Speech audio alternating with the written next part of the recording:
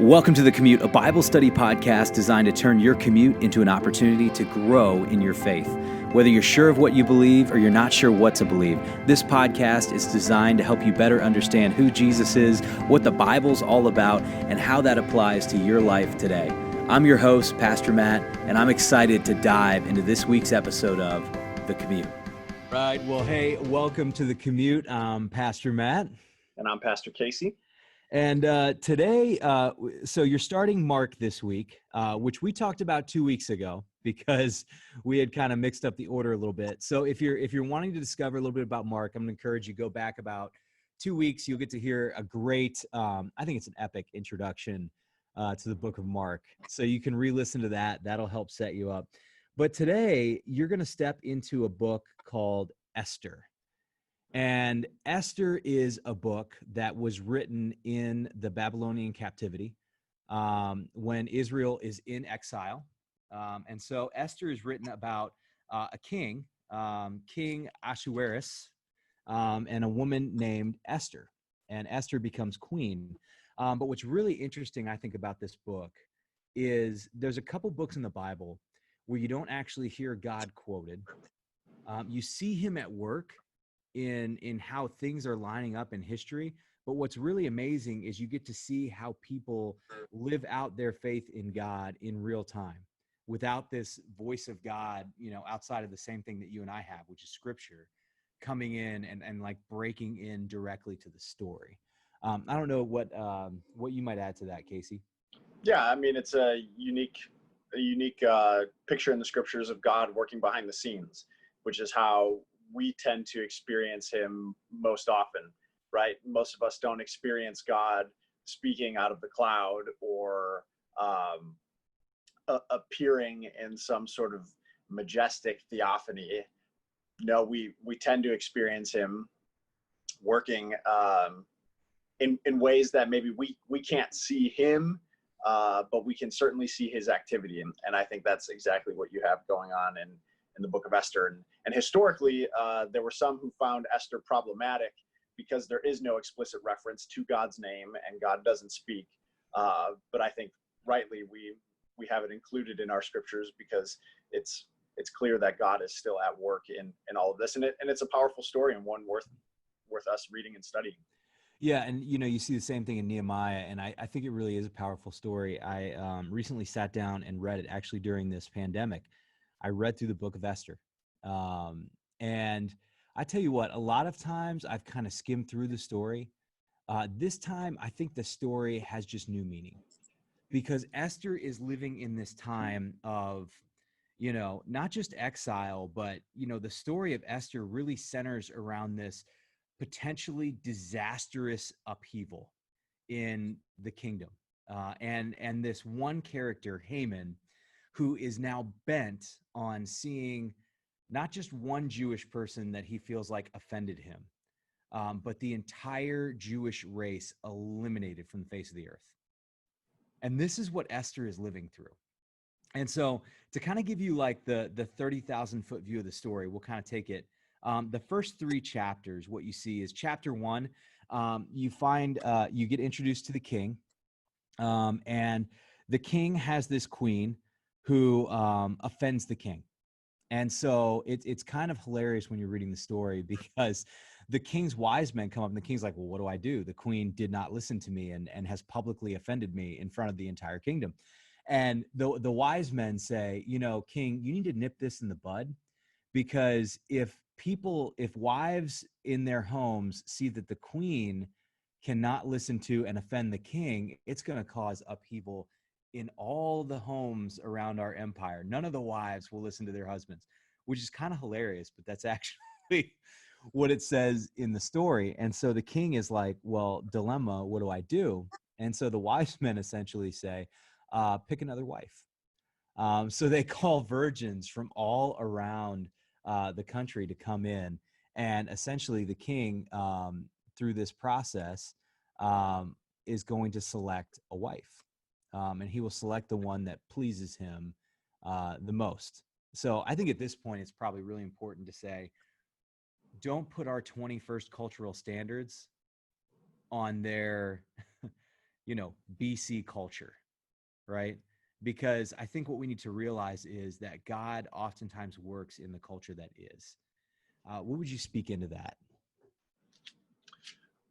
I would just confirm that and say, yeah,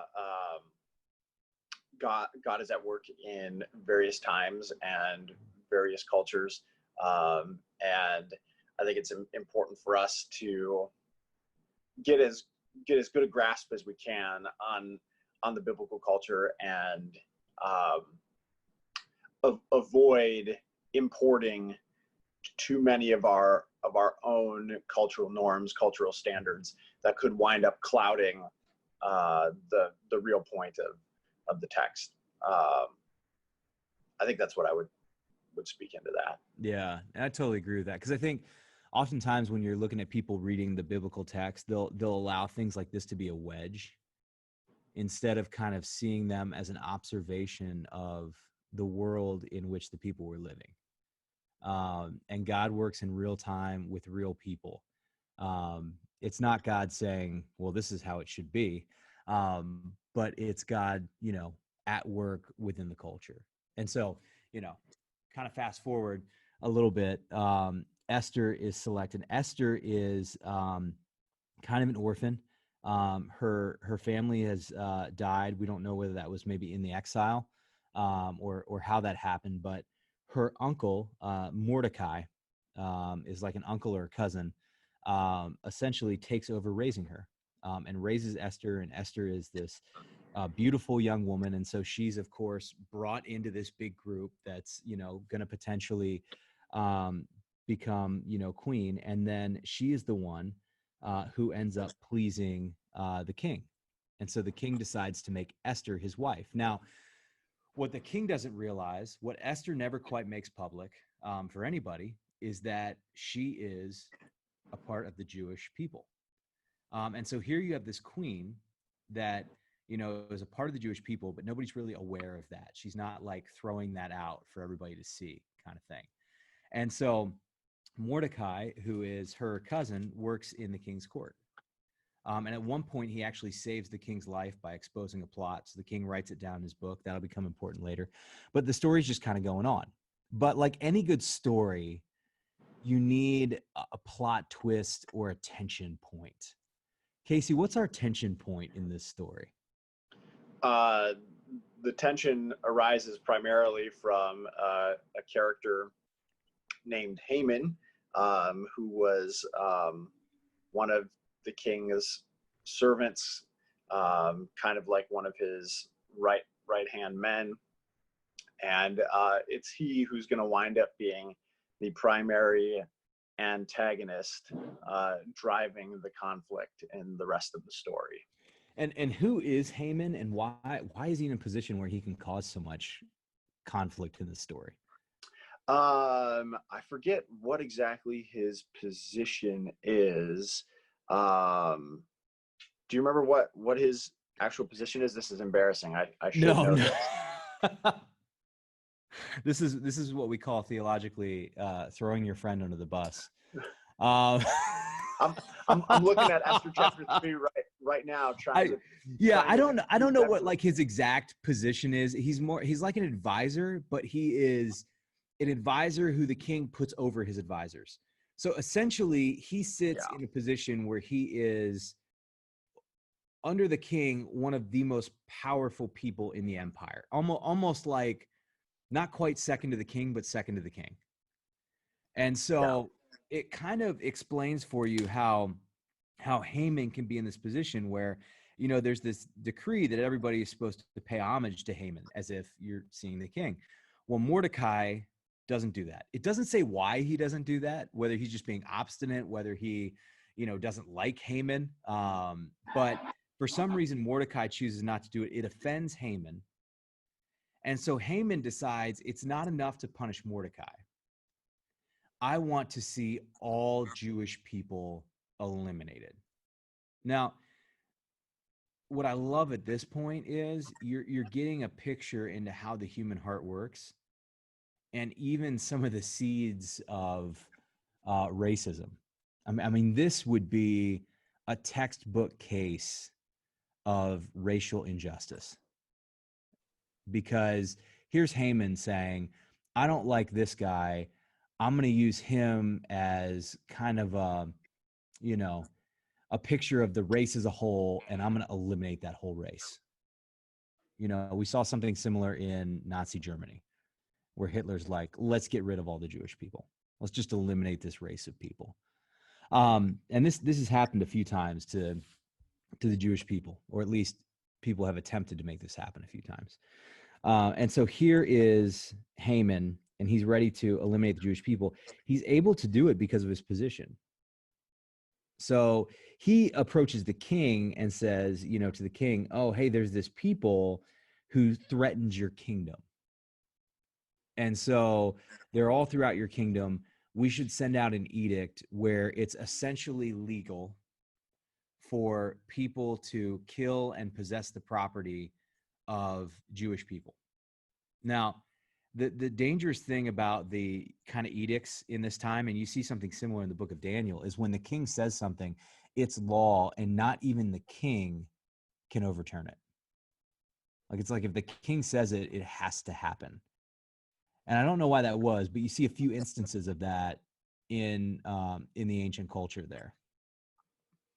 Yeah, so this is a very big deal, and if you're Mordecai or one of the exiled Israelites, you do not want to see this happen. And so Mordecai goes to Esther, asking for her help from her new position of authority to stop this horrible plan from becoming reality. And there are some pretty powerful lines in chapter 4 here, where Mordecai and Esther are talking about what they're going to do. And I think it was verse 14, right, Matt, that you said? Yeah. Kind of a big ticket verse. Yeah, verse 14 is huge, and it's set up because Mordecai's been in mourning, and so Esther's trying to find out what's going on because nobody can come to the palace in mourning. And so it says that Esther, speaks through this servant and says in verse 11, hey, all the king's servants and the people of the king's provinces know that if any man or woman goes to the king inside the inner court without being called, there is but one law, to be put to death. So what Esther's saying is, I would love to do something, but unless there's that chance that the king calls me into his court, like if I just show up unannounced in the king's palace, even as the queen, I could be put to death. And Mordecai just kind of looks, and I love this. He says in verse 13, leading into 14, he says, do not think to yourself that in the king's palace you will escape any more than all the other Jews. For if you keep silent at this time, relief and deliverance will arise for the Jews from another place. And so I love Mordecai's faith here. He's saying, look, if you don't do it, I trust it's still going to happen. But he says, you and your father's house will perish, and who knows whether you have not come to the kingdom for such a time as this. And I love that little line. I wish it was its own standalone verse, which is, and who knows whether you have not come to the kingdom for such a time as this. What Mordecai is saying is, maybe the reason you're in the position you're in is because God wants to use you for something bigger than just you experiencing the blessings of your position. And I love that because I think it creates this incredible theology of vocation. This idea that, maybe the place you work is not so much about the work as it is about God putting you in that place for his work. Yeah, absolutely. That if God is at work behind the scenes like this, could he not also be at work behind the scenes in what feel like very ordinary day-to-day circumstances for us? And my answer to that question would be yes, absolutely. He is at work, even in what maybe feels like it is not holy or religious or sacred. He's at work accomplishing his good purposes. And as you said, Matt, I think this is where we have a really cool way of talking about these things with the language of vocation, the language of calling, saying that even in positions like fatherhood or motherhood, even in positions in various sectors of life, in in education, in healthcare, in finance, in you name it, God is working through people in those vocations, in those callings, to keep the world running, and even to bring his providential care to light in the lives of others.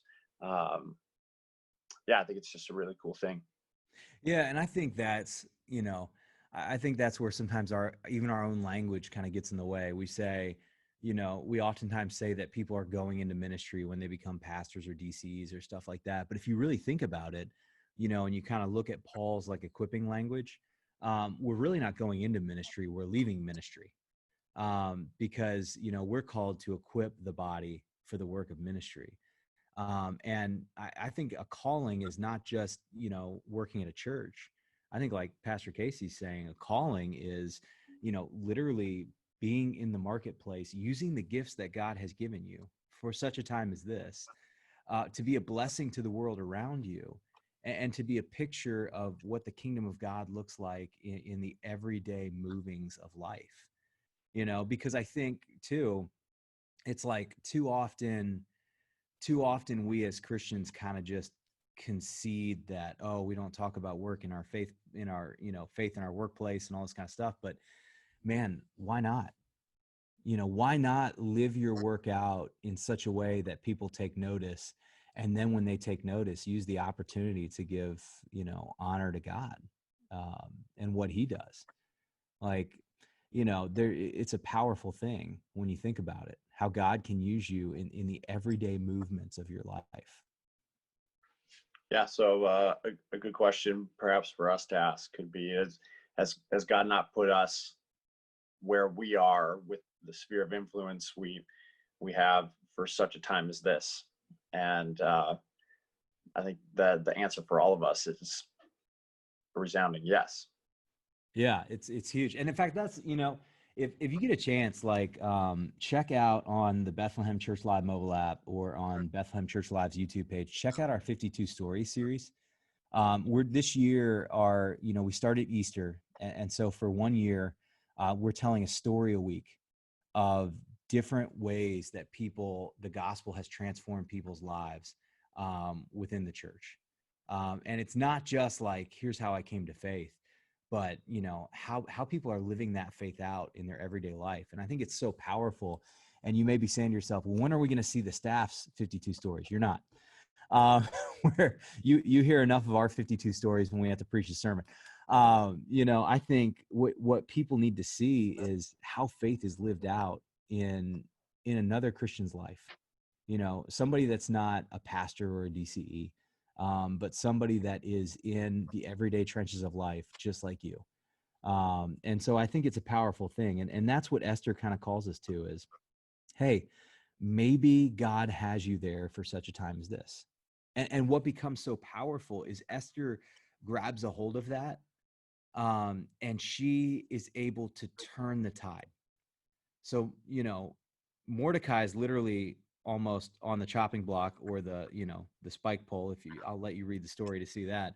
And here's Esther, and so she's gonna prepare a banquet and stuff. And Haman is still trying to kill Mordecai, not knowing the relationship between the queen and Mordecai.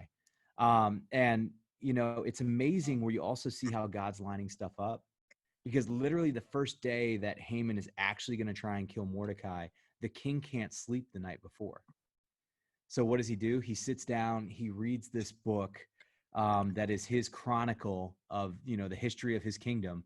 And they just so happen to read him the passage about Mordecai exposing a plot that could have killed the king. And so, and he's like, well, what did I do to celebrate Mordecai for this? They're like, you haven't done anything yet, king. And so God uses this to actually kind of turn the tables on Haman and get Mordecai celebrated even more, stoke the coals for Haman even more against Mordecai, ultimately leading to Haman's own destruction. And so what's amazing is how you see God at work here and how God uses Esther to expose this plot. She has to take a risk. She has to step outside the norms because she's like, well, hey, the policy manual says if you go see the king, he'll kill you. He's like, you know what?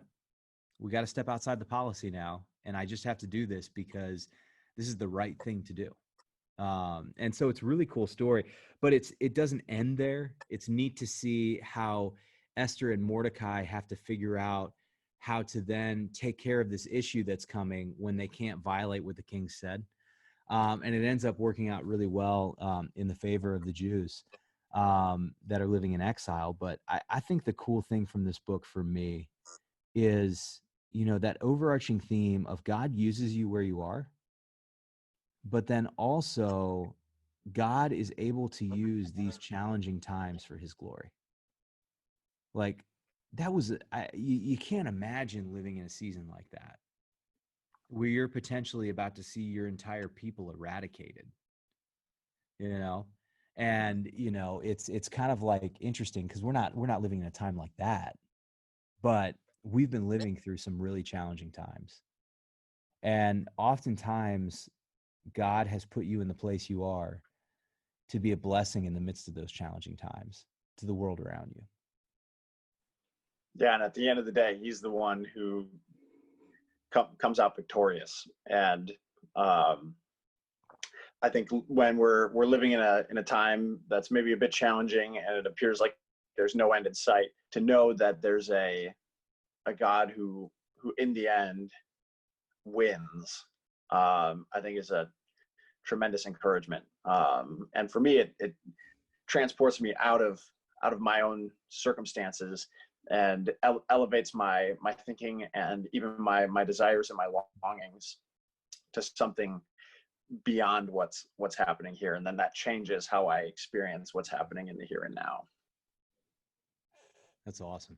I love it. Well, I hope you guys enjoy Esther this week. You'll be reading the first section of it toward the end of the week. If you want to, and this is where I'd encourage you, if you want to, just, Esther's a great book to even just sit down and just read through in its entirety. It's not long, and it's a really cool way to take that story in. But I hope you guys enjoy the book of Esther. Pumped to connect up with you next week. We'll be back on track with Mark. So we've got some fun stuff to talk about when it comes to Mark, and looking forward to joining you next week right here on The Commute.